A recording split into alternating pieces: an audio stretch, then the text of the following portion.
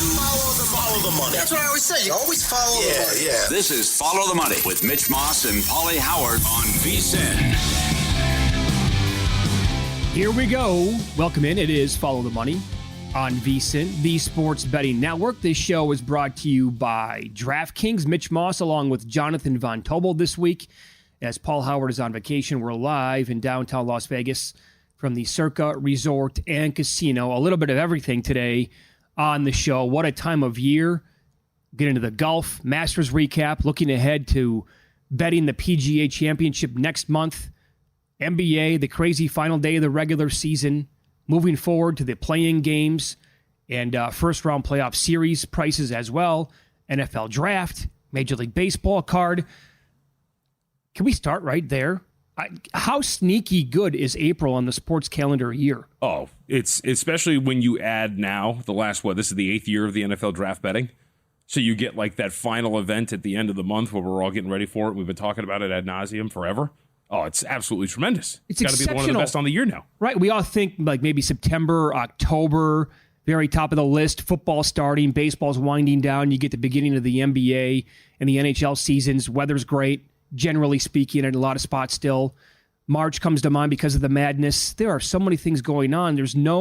We don't have a down period at all until after the NBA finals at this point, after the NBA draft? Yeah, pretty much. I mean, you could argue that once the series thin out, right, you're only talking about 4 teams in action once you get to the conference finals maybe, but outside of that, no, this is arguably this time, and then of course, I think peak sports viewing just in terms of volume of events, obviously in winter, when college football, NFL, hockey, started the NBA season, all that stuff goes on. But in terms of the magnitude of the events we're getting here too, Masters, draft, everything in between, no, April's awesome. I thought after the madness or around, probably after the first round of the men's tournament, I'm like, okay, now my accounts are going to take a break for a minute. I'm not going to have a zillion bets. I'll wait not the case. It's only ramped up. Yep. Oh, everything. Because again, with the baseball every single day, the NBA stuff finally coming to a conclusion yesterday for the regular season and the NFL draft are on the corner. Hey, dummy, you're going to have 100 bets on the draft now as well. So forget about it for, another month or so. But the Masters turned into, I thought Saturday's action was absolutely brilliant for about a 2-hour window when we had 5 guys, short amount of time, tied for first. And it was a little hairy whether or not Scotty was going to be able to pull away. And then he eventually did yesterday. But this guy has been fantastic the entire year. We talked about this back in March. Maybe this was going to be boring, JVT, and we're going to get a lot of chalk this time of year. And I tied it into South Carolina winning the women's, UConn winning the men's, and now Scotty taking down the Masters, and all 3 of those things came in. Right, and when you looked at it on the surface, too, I mean, you kind of think plus 450 to win a golf tournament, you probably don't want to get in there, right? Yeah, I know. It's too short. Maybe, for example, minus 200 to finish inside of the top 10, that's somewhat more palatable considering how good he could be, but that it's nuts. And the fact that you watched it play, and I thought Sunday was wildly impressive. When you get to that stretch on Sunday where it's a 4-way tie approaching the turn, and he bogeys, and you're like, okay, cool, maybe this is going to get interesting. It's nah, birdie, birdie, birdie. Some of the most impressive shots I've seen from a golfer ever. And then he just sails the rest of the way. The only blemish, of course, on 11. That was brilliant.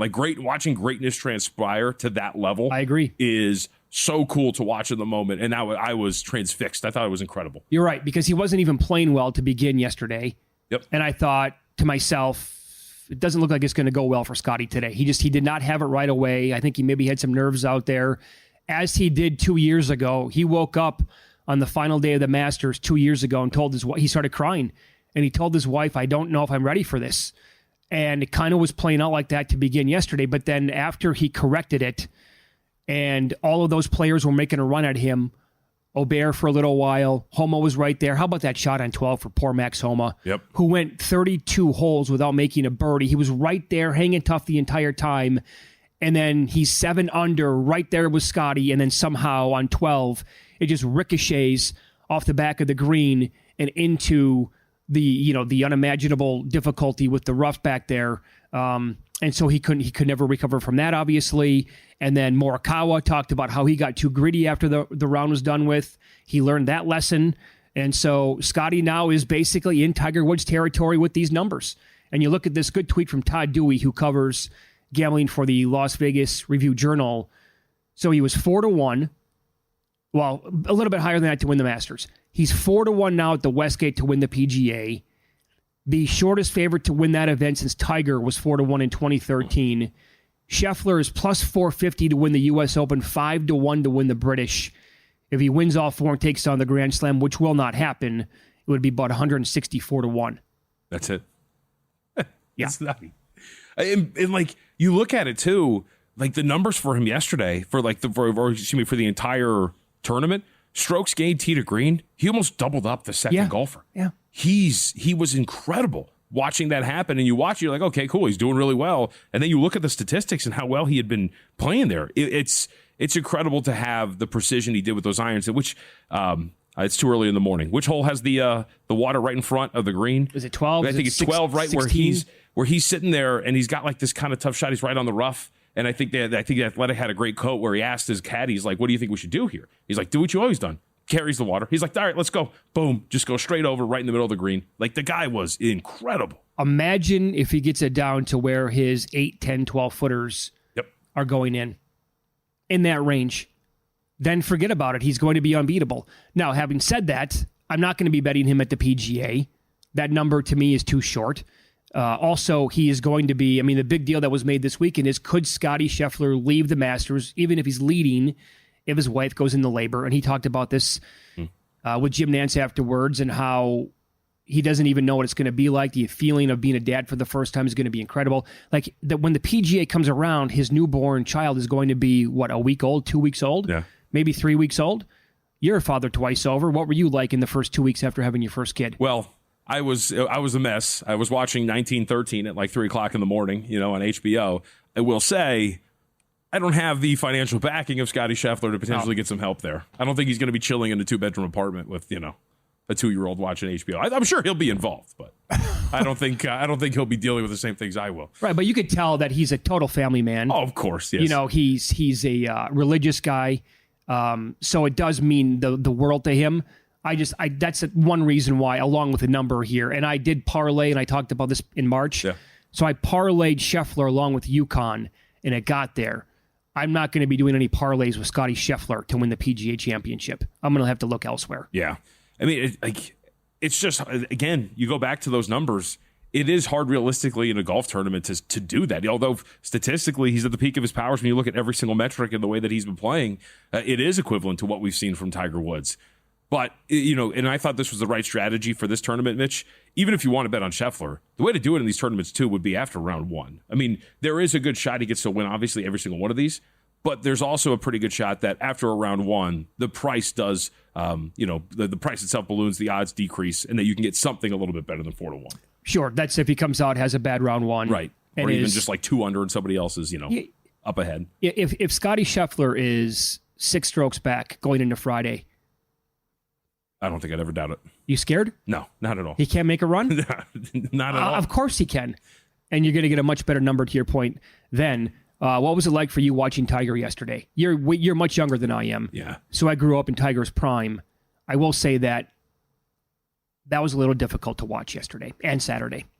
It's funny when you brought when I knew we were going to talk about this, I was thinking about this a little bit more. And to your point, that was the first thing I thought of. Like, Tiger, for me, it was never, in my younger days, I didn't really watch a ton of golf, right? It was more in my later years. So I never experienced like the peak of what Tiger was. So I don't want to say he's always been this, but he's never been that dominant figure. I've never seen that, really. Yeah. Never taken it in live. It's just going back and watching things and whatnot. But I think it's just still tough in general when you know about the history, you know how good he is. Again, we're talking about these odds to win these tournaments and where he was, and then seeing him struggle with some of these simple putts, can't get anything down. I think it was Saturday. He talked. They asked him after his round on Saturday, and the answer to like, "Hey, did Friday essentially take a lot out of you?" And he just goes, "Yeah." Like, he just doesn't seem to be healthy, and that's the part that sucks. It's not even struggling; it's that he's continuously trying to push through this, and obviously he's taken a hit in terms of the returns on his game. Yeah, playing 23 holes on Friday, yes, no doubt came back to bite him, because he was actually in pretty good shape on the leaderboard, right?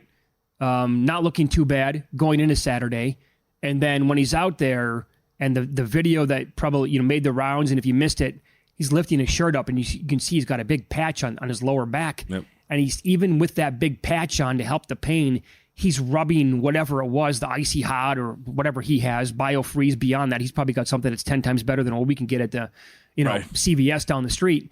But it wasn't, and he just fell apart on Saturday and Sunday. And so I had two TVs on at the same exact time, and it was, I think it was either yesterday or Saturday. I'm getting my days now mixed up. But the one TV, they were revisiting 2019 when he won, which I still argue would be one of the best sporting events of all time. The 2019 Masters was as good as it gets.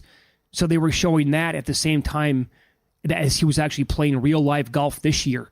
You want to talk about a juxtaposition that blew my mind, because all those golfers waited for him at Butler Cabin, and it was like one of the highlights of their lives to have a narrow loss to Tiger, but they were so excited for him to win in 2019 and how well he played compared to this year, where it's just feeling awful for the guy.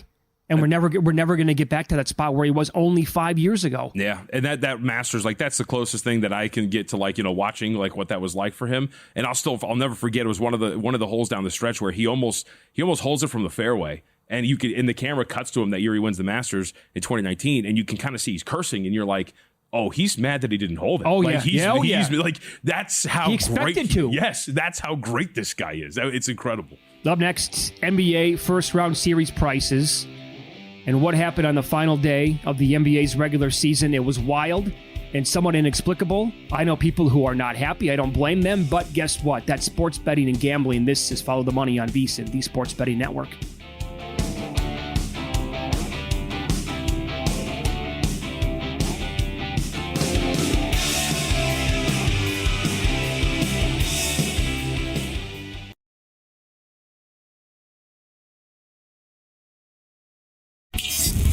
This is Follow the Money on VSiN. Start your morning off right with a daily dose of winning strategies, insider tips, and the latest buzz from the free VSiN daily newsletter. Today, VSiN senior editor Zach Cohen took a look at the play-in games for the NBA play-in tournament. Also, a quick look at what the postseason will look like, with a couple of series set, of course, in each conference. Check it out today, vsin.com/newsletter. I know Paulie is off this week. Probably a good thing. He is sick because he had the Cavaliers at 8-1 to win that division. So, and I know that many people watching and listening to this show also tailed him on that and had a big number on the Cavaliers. They can't believe what transpired yesterday. A 14.5-point favorite. If they win, they can. But their ceiling was to get the 2 seed. Ceiling was the 2 seed. Yep. Okay, so that was in play. Then they would get the winner of the 76ers and the Heat matchup in the playoffs. Were they possibly trying to lose that game so they would not get that team? Oh, I don't think it's possible. I think they were. That's exactly what took place? Yep. I mean, I think you're watching the scoreboard and you're understanding, like, okay, well, Milwaukee's about to go down and the Knicks, so, like, yeah, let's get out of this thing. Let's lose because we don't want to finish up there. They're 14.5-point favorites. They became the biggest final day of the regular season favorites, or game 82 favorites, to lose a game in about the last 30 years. Yep. It's nuts. And look, I'll say this. Now, this was for playoff seeding, but we've seen this actually down the stretch, which is kind of crazy. Go back to that Friday night. You remember Boston and Sacramento? So Sacramento's in Boston 2 weeks ago. That maybe not even. And the Celtics are up 19 in the fourth quarter. They've been playing their starters, and Missoula's like, oh, we're done today. Yep. Yanks it. They blow a 19-point lead, and he tells them after the game, he's like, no, we just wanted to work them. I wanted the bench to work through it. It's like, oh, my God, okay. Same thing here, except now you're just tanking for playoff seeding. Okay, so now instead of getting the Sixers or the Heat in the first round, with a win, that's what I don't get. The Cavaliers are going to get the Celtics? I guess maybe. Are we sure that's the plan of attack here? I mean, I guess maybe it's just about moving on, right? Just winning a playoff series. You remember, like, by all accounts, if you listen to, like, Cleveland media, you talked, and we watched it, that embarrassment playing against the New York Knicks last season, like, stuck with them quite a bit. To the point where they're playing them in the regular season, they're getting dog walked. You get Josh Hart running by Donovan Mitchell and popping his chain, right, while they're beating the crap out of him in the regular season. Like, I feel like maybe it wasn't even so much about, okay, let's get a winnable opponent, which probably is, and win a series. Maybe it's about, like, avoiding a situation where you get to play the Knicks in the second. I don't know. But, like, that was to go from the, all right, yeah, we get a winnable opponent, but you get the freight train that is the Boston Celtics in the second round if you move on. I did not really understand the strategy either. And so I get it. By the way, I understand that people are not happy with what took place yesterday, and they didn't win their 8-1 tickets. I mean, you had chances to get out of it. I mean, you could have taken the 14.5 yesterday. You could have taken the money line on the other side. Hell, in play in the fourth quarter when the Cavaliers were up, you could have gotten involved if you wanted to. But you had to be watching the game, though, too, to see what was going to happen. Oh, yeah, absolutely. In that spot and see that they were going to yank guys. I mean, but even then, so like, I'm going to double check this. So like you get the point where they pull guys, right? But do you really know? Like when you see, I mean, it was kind of like a mass substitution, but when you see at the end of the third quarter that, you know, Marcus Bolden comes in for, or excuse me, Mobley comes in for Strus and Okoro comes in for Niang, do you really know, like, okay, these guys are done for the rest of the day? But either way, it's a good opportunity to hedge. But yeah, you had a lot of opportunities to get out of it if you could. But I can understand anybody who was watching that and thinking like, cool, we're on the way here. Well, you were probably counting your money going into this game as a 14.5-point favorite. Yes, absolutely. And you're hanging on to 6-8, maybe even a little bit higher than that, to win that division. Yep. That's a killer. Now, I will say this, with the Knicks getting the 2, and they were in a battle to the death yesterday against the Chicago Bulls, easily could have lost that game, but they got the 2 seed. Now there's a good chance they're going to get the Philadelphia 76ers in round 1. Yeah. Sixers are 4.5-point favorites at home in the play-in game to Miami. Is that going to go? I love this Knicks team. They're amazing. I think Brunson should get some steam here for the MVP. He's not going to win it, but with how can we end this whole idea that the Knicks can't get a superstar? That's done now. That's been buried for a good 2 months because of how this guy has played. But they're going to get Joel Embiid and the 76ers as the 7 if they win. Mm-hmm. Even if they don't, they'll get Miami. Right. And they played well against Miami. They were 2-1 against them, but like it wasn't anything crazy. And they lost the last matchup against them that they had played in South Beach.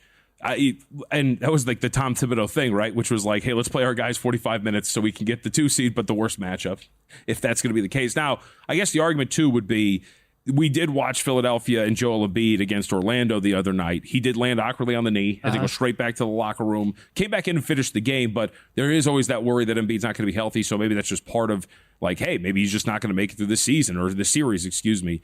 But I'm with you. Like, I feel like, actually, this might kind of fly in the face of what we're talking about. I think some of these teams should be more cognizant of what's happening in some of these games. Like, if you're Tom Thibodeau and you realize, like, oh, if we lose this, we get Indiana. Like, that's a little bit of a better matchup for us, a winnable series.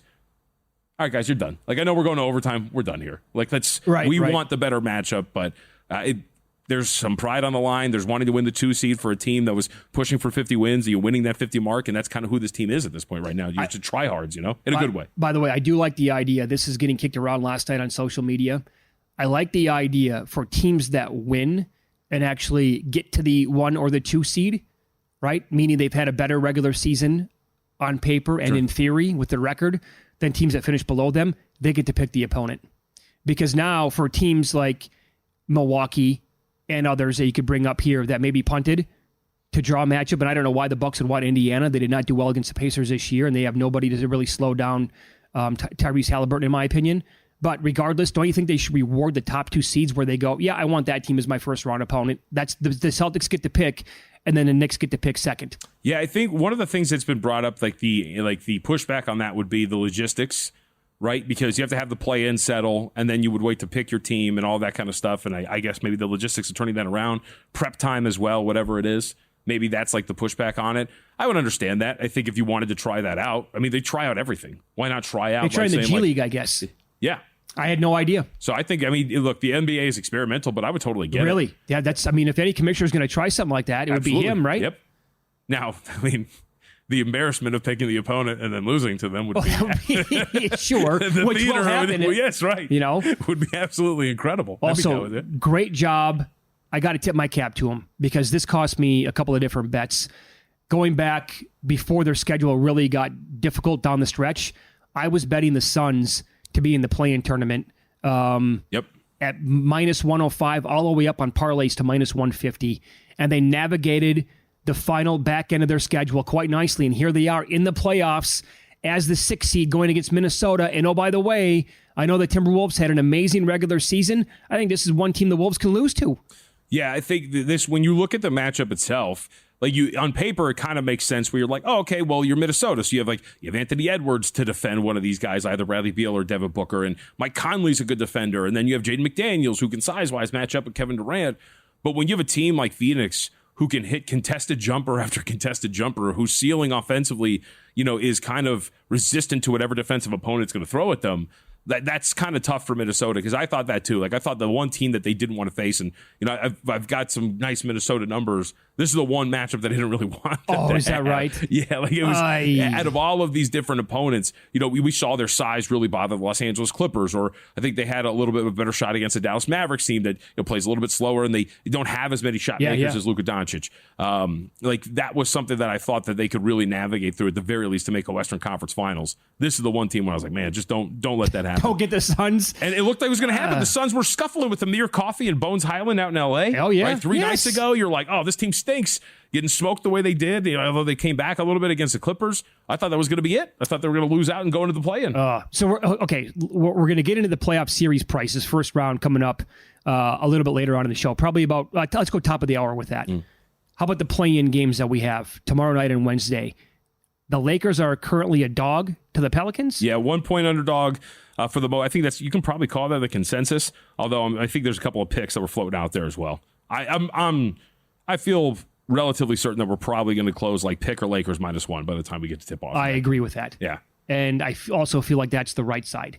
Yeah, from a matchup standpoint, it's not gone well for the New Orleans Pelicans against the Los Angeles Lakers, like to an embarrassing degree, and in like such big spots too. We saw them in the play-in tournament, right? Got absolutely boat raced in that matchup. For the season, the Lakers 3-1 against the Pelicans with a plus 13.7 net rating. Wow. Like, it has not been close. Every 100 possessions against between these two teams for our audience, they outscored them by 13.7 points. The other game in the West. Now, I was fully invested in the Masters yesterday, more than anything else. But I believe I saw the Kings open up in some spots the favorite so against I saw the Warriors. Some spots open like pick -1 in favor of Golden State. We're up to like 2, and they've got to 2.5 in some spots. So I think that's where we probably were. Because the problem here too for Sacramento is, as we know, you're kind of thin in the backcourt, right? Malik Monk's not there. Kevin Huerter's beat up. Yes, Monk was having a great season. He was. And you're taking 2 of your best players now off that team offensively, and you got to go against Golden State with all that championship medal, as we saw that play out last year in their first round series that they had. I mean, that was tough too, because De'Aaron Fox doesn't break the tip of his finger. Who knows what happens in that series? Up next, Adam Hill is going to join the program. We'll get into the NFL draft. It is next Thursday. What position he covers the Raiders out here in Las Vegas? What position are the Raiders selecting with their first overall pick? We'll ask him coming up on Follow the Money. It's VSiN, the Sports Betting Network.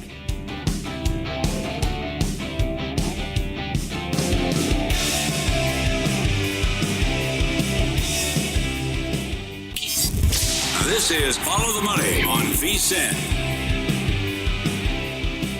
Page is still open, folks. You can check out the betting splits up at vsin.com for free. No VSiN Pro subscription required. We got a full slate of Major League Baseball today. A bunch of crappy pitchers, but guess what? You can check out where the money and bets are going every single time over at DraftKings up at vsin.com/splits. Adam Hill joins the program now. He covers everything out here in Las Vegas for the Las Vegas Review-Journal, including the Las Vegas Raiders, which we're going to get into their draft pick coming up in a few moments. He also covers the UFC, and he joins us now on the Progressive Guest Line.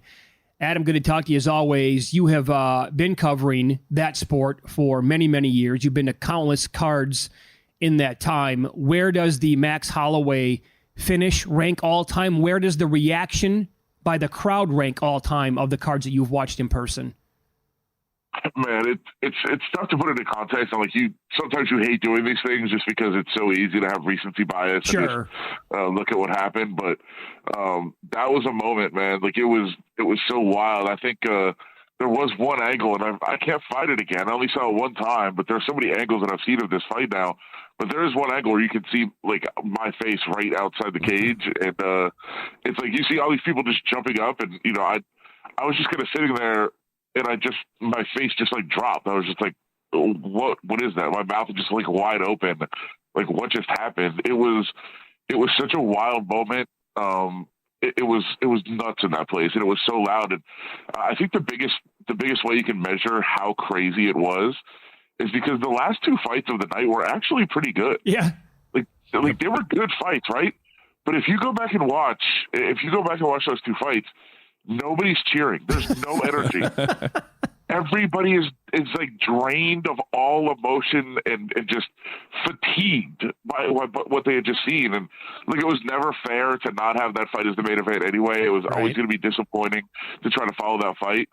But the way that it ended was just so wild. And, you know, I know there was a big financial swing in a lot of different places of, you know, the prop hitting of Holloway winning in the 5th round, of Holloway winning inside the distance, of Holloway by knockout instead of Holloway by decision. Like, there was a ton of money that changed hands, but at the same time, just the moment, and especially on such a big stage, such a big card, a fight that was supposed to be like that way, like we all expected those kind of fireworks, and then actually deliver was crazy. I still think the weirdest crowd reaction and the kind of the biggest kind of pop, I guess you could talk about, is I still always will remember the first time that Brock Lesnar stepped in an octagon, and it was such a strange crowd because nobody had any idea what to expect. Everybody was kind of like, does he even know how to fight? Like, this guy is a professional wrestler. We know he has a great athletic background, but does he know how to fight?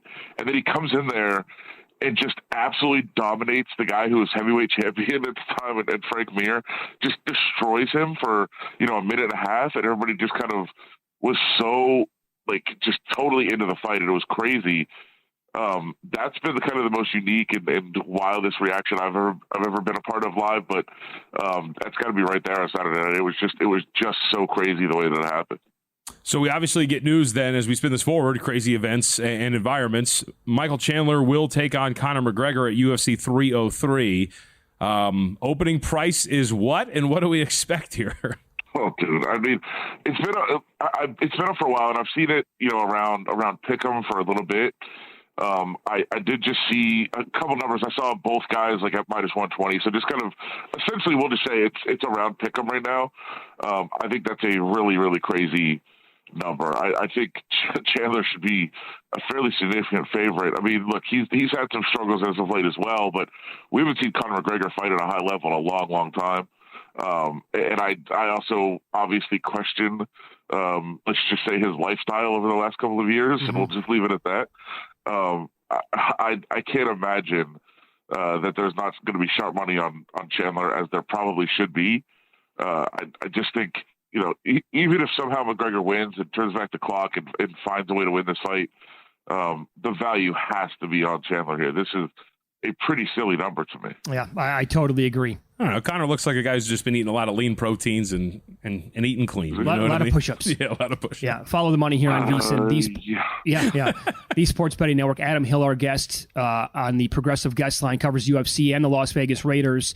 So right now, Adam, updated prices on the position of the first drafted player by the Raiders.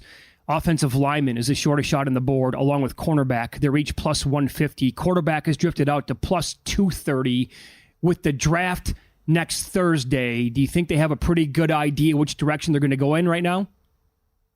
Yeah, and I'll just say, first of all, and I think the number indicates this, like, I would be pretty shocked if it's anything but one of these three positions. So I guess you could start there when you're kind of analyzing the Raiders draft number.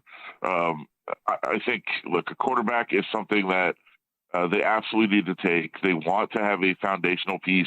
If you just go back and look, one of the things that, let's just say right off the bat that, you know, Antonio Pierce, the head coach who was the interim coach, now he's had that tag removed. He's full-time coach now. He said, we don't want a Band-Aid anymore. We don't want a Band-Aid quarterback. We want somebody who's going to be the foundational piece, the guy that we build around, the base for this team going forward. And it's been a while since they've had that. And then what do? They go sign the ultimate Band-Aid in Gardner Minshew. So, like, to me, that's not the answer that he wanted. That's not the solution that he wanted. He wants a quarterback, and he hasn't really been shy about that. But it's going to be very tough to get that quarterback that he's talking about if you're picking where you're picking. And now you're looking at best, I would say, QB5 if you're at 13. And like, is that what you're looking for to build your franchise around for the long term? I don't think so. So if you see them move up, obviously that's a signal that they're taking quarterback. But I think where they're sitting right now, it's going to be tough to get the guy that they truly, truly want. So that's where you start looking at those other spots. They need a right tackle. They need a right guard, but I don't think they're taking a guard at 13. So tackle is a very important position. I've seen a lot of people say it's a position they don't have a starter for. I actually think they believe in Thayer Munford, a guy that they could put in there as a starting player, but they do need a starting right tackle, a guy to build around, a guy to play opposite Colton Miller. So that's a position they absolutely need. They also need a corner, and we know Antonio Pierce is a defensive guy. He likes that, those swagger guys, the attitude guys, to go opposite Jack Jones, who they're really excited about. So those two positions are almost the only two to look for if they can't get a quarterback. But I wouldn't look much outside those three spots. I know we want to look for underdogs and find some great value and some big numbers in the draft, but I just think those are the three that they're going to be looking at early on. So Michael Penix has been connected to this team a lot. A lot of people think that it's a really good fit. I would agree with that, Adam, but I think it's better at 44 as opposed to 13. Have you talked to anybody about that connection and maybe a desire for them to go and get Penix at some point? Yeah, I think you're right. I think they're going to have him in the second round if they can do that, if that's possible. It's be something they want, or trade back, right? I mean, if they are going to take Penix, and if they do like Penix, I think you would look for them to try to move down the board in the first round, pick up some additional capital. That's what we've kind of seen from Tom Telesco kind of prefer. And that, we haven't seen him with the Raiders, but we've seen him with the Chargers for a long time. That'd be more of his MO. I'd be surprised if they took Penix if they were sitting at 13. And it's also something to watch. Like, I know we all love Michael Penix and what he does on the field. And I think we all kind of overreacted to the combine news that his medical's checked out.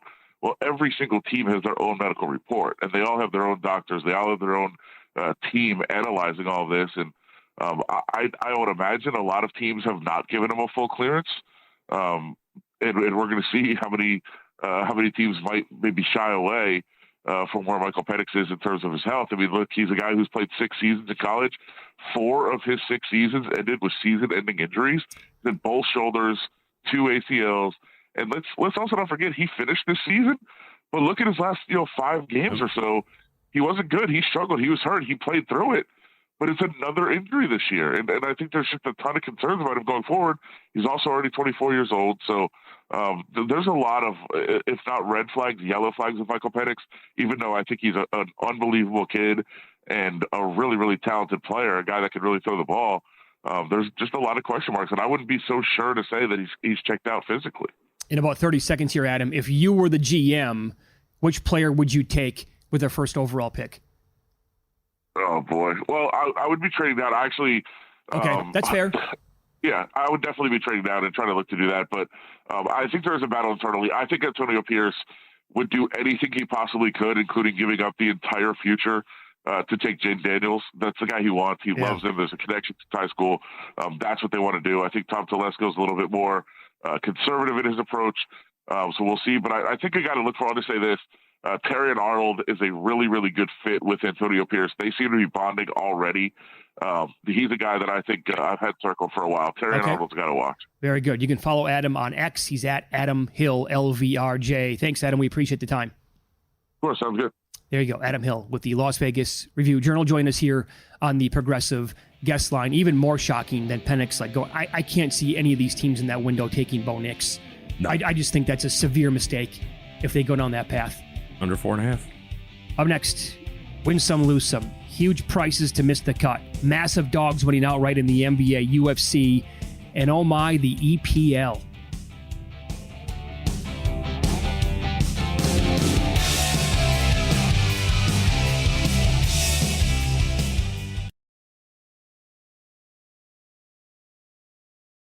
Were you a winner last night? Wow, winning. Or was it a rough one? Well, they can't all be winners, can they? Loser! You're a loser! Paulie Howard recaps the night in sports betting in Win Some, Lose Some. How about some of these big names that missed the cut at huge prices, including Victor Hovland 3-1, Wyndham Clark plus 285. It's all great that I had that Scheffler Yukon parlay. Well, here are some of the names that I also had that went into I had some nice tickets on Hovland, no chance. Oh. Wyndham Clark, no good. I had Justin Thomas. He missed the cut at plus 240. So I had those 3 guys in the outrights, and they had no chance in this tournament to even make the weekend. Yep. Adrian Moronk plus 165. Harmon plus 220. Thanks for checking in. DJ plus 275. Jordan Spieth with all of this Masters history, right? Yep. Plus 390. Maybe the wrist was bothering him more than we thought. I had him to win this thing. Not even a chance. Justin Rose plus 150. Sergio plus 160. Sam Burns plus 235. They all missed. Massive names could not get the job done this weekend. How about in the NBA? I watched that Spurs-Nuggets game, specifically the second half over the weekend.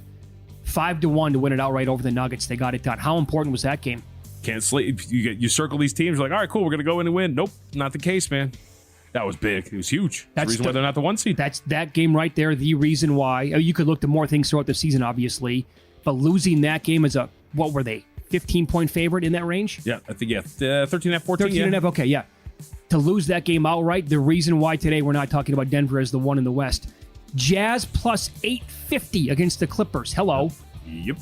Pistons plus 475 against the Mavericks. Magic 76ers over, bet from 211 to 215.5. In the Thunder, 10-point favorites, bet to 14 against the Bucks. All winners there in the NBA. UFC Saturday night. Alex Pereira, round 1 finish, plus 550. Wiley to win by decision, plus 250. Max Holloway to win by KO at the gun. That was awesome. 7-1. How about that if you had to go to the scorecards and you lost like that? Right? They decide to engage final 10 seconds, even though Holloway had the fight won. Let's go, big boy. It was reminiscent of the Garbrandt Sunset. Remember when he knocked him out right at the buzzer back in like 2020? Yeah. That's right. Harrison to win by sub, plus 240. Moicano to win by KO, TKO, 14-1. You got there. And Figueiredo to beat Garbrandt by submission was also 4-1. That was the first fight on the card on Saturday night. I want to go back real quick. Pereira's finish. He's awesome. He's incredible. That was fantastic. The celebration. Just like, look at this. Look Yeah. what you made me do. Yeah, It's so good. Great job by Lou Finocchiaro, by the way, on Friday with the card. And some, he didn't have, not everyone was a winner, but he had a lot of them on Friday with us. All right, you can become a VSiN subscriber, a pro today. Go to vsin.com/subscribe to watch all the videos that we play on the show and during the segment. I'm a big dog guy. How about this? The poor dog is blind. He's without both eyes. Wow. But he loves to play fetch. So on the hardwood floors, the parents here throw the tennis ball, and the dog goes by sound to pick it up and look at the tail wagging. He's like, I hear it. Where are you? I got you. And he tracks it down, and he brings it back, and he wants to play more. That's an incredible video. Wow. Going through life like that, huh? Interesting. Yeah. I think I'd rather have, look, it's kind of freaking me out a little bit, but I think I'd rather have the eyeless dog than the hairless cat. I'll tell you that much. I don't like the hairless cats. They're freaky. They are really creepy to me. This is an amazing video, man. Isn't that a feel-good story? Oh, of course. Warm you up on a Monday. Makes you want to go out and rescue about 3 or 4 dogs this week. I might do it on the way home. You gonna do that? But specifically blind ones. You have to. Yeah. Yeah, when you see those that Don't need a give home, me that one. I don't want the one with eyes. that your kids and your wife would really be thankful and grateful overall. Kids bite. Wife not so much. No, not so much. To some of the beats over the weekend. Justin Thomas to make the cut. He was even on 15. Oh. He finished plus 7. That was incredible. Watching that meltdown was insane. The cut line was, 6? It was 6, and then he pushed it down to 7. So guys like Matsuyama, imagine if you had to miss the cut on Mats, he survives because Thomas melts down. That was wild watching that on Friday. Yeah. To lose some, this ties into the final day of the regular season. Blake Murphy tweet, final day, 15 games, 118 players listed as out, 5 doubtful, 47 are questionable. JVT, you are VSiN's very own NBA senior betting analyst. What did you make of that?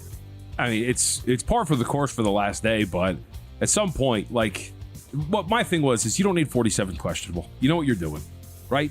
Just list them as out. Yeah. And let's get this show on the road. For example, like Darius Garland listed as doubtful. Like those sort of things. You don't need to play the games on the last day of the season. We all know what you're trying to do. Just do it. List them as out and get on with it so we can set these markets and do something with it. There's no need to play these games, this nonsense. By the way, it won't end because we still don't know what's going on with Giannis Antetokounmpo or Kawhi Leonard. Sure.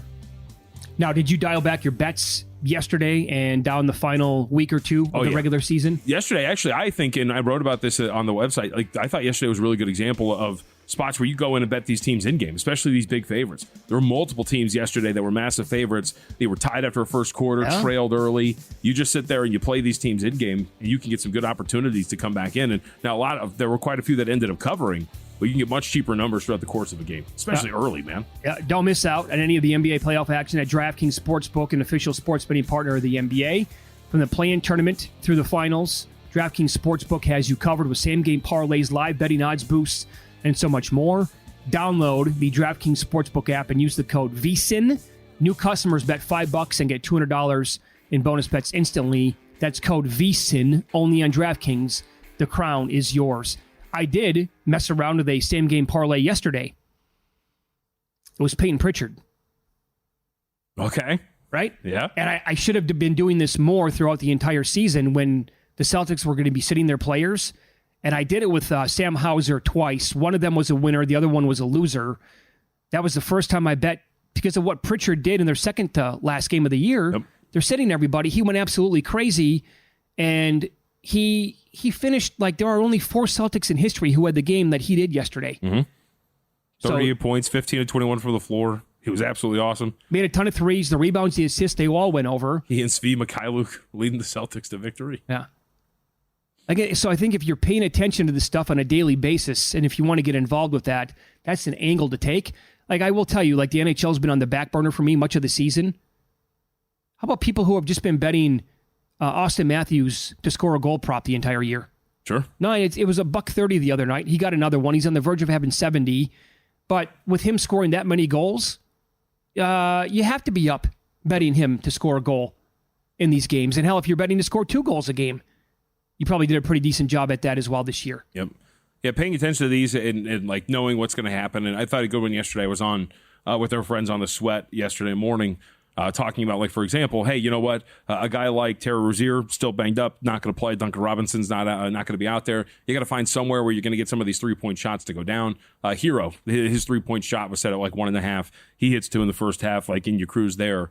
You know, paying attention to personnel, obviously, but knowing the tendencies and where those things are going to go too is obviously really huge with what you're going to do here in terms of attacking some of these props, especially on days like the last day where it's just absolute madness with who's going to be available. Yep.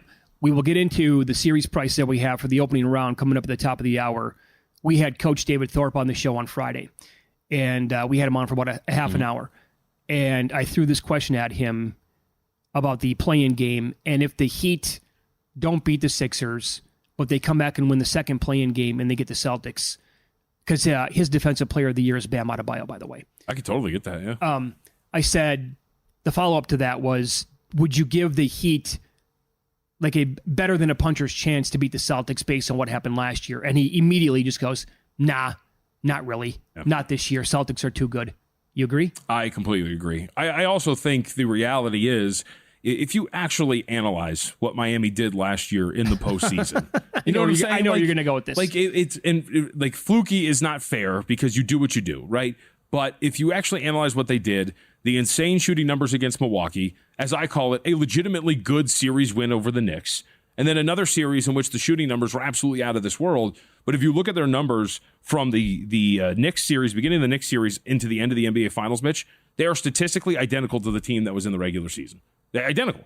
So it's just, I don't think I want to overreact to that run last year, especially when you come into this year, there is no continuity. You're not a very good offensive team. You know, there's so many different little mismatches that the Celtics can go after if they want to when they're at full strength. Terry Rozier's not stopping anybody. Duncan Robinson's not stopping anybody. And for a team that hunts mismatches the way that team does, I don't buy it. Yeah. Spoelstra's amazing. Yep. Is he good enough to come up with a game plan in a short turnaround against the Celtics to like make it a series? Yeah, I'm sure maybe, but here's the thing. So I was talking about this, Matt Moore, over the Action Network covers, but loss total in the Eastern Conference playoffs only for the Celtics, 3.5. Oh, I got to go under. Right? Yeah. If they don't make it out, man. Oh, it's a trap. Yeah. Up next, we will get into the playoff series prices. This is the first time they're favored in the playoffs over their previous 22 postseason games.